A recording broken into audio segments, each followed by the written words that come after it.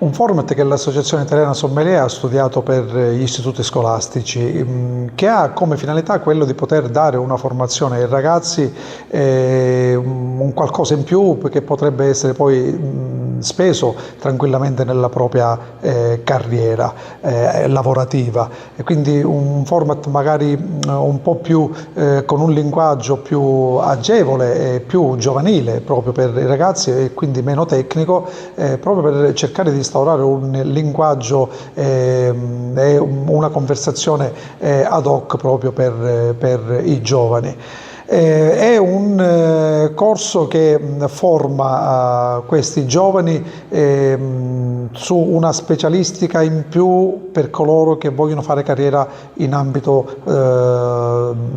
della ristorazione, delle enoteche, quindi nel mondo del vino in generale. Quindi è un format che parte da quelle che sono le basi, che sono per l'appunto la viticoltura, l'enologia, quindi come viene fatto il vino in cantina dopo che le uve vengono raccolte in campagna, ma poi anche con le varie sfaccettature, quindi le diverse tipologie che possono essere prodotte, il linguaggio che viene utilizzato per la corretta comunicazione del vino, quindi quello che noi chiamiamo il linguaggio della degustazione, che non deve essere un linguaggio troppo diciamo settoriale, ma deve essere un linguaggio di approccio facile, anche per quelle persone che non intendono fare diciamo di professione per l'appunto il sommelier. Quindi il bravo comunicatore, il bravo sommelier comunicatore deve saper comunicare anche in maniera molto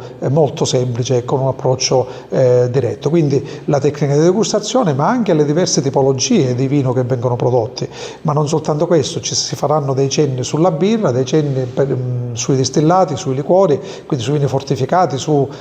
vini passiti, ad esempio. Ecco, mi vengono in mente queste varie tipologie di vino, ma non solo, quindi anche, abbiamo detto, altre bevande. Quindi una formazione iniziale di approccio su questi argomenti, su queste tematiche, ma anche qualcosa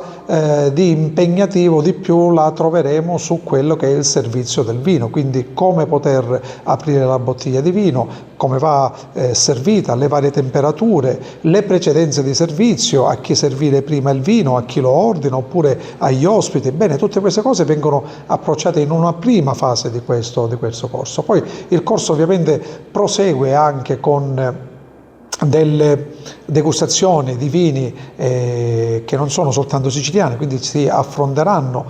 delle tematiche inerenti alle varie regioni che producono il vino, quindi che possono essere regionali, nazionali e internazionali, ma anche possiamo avere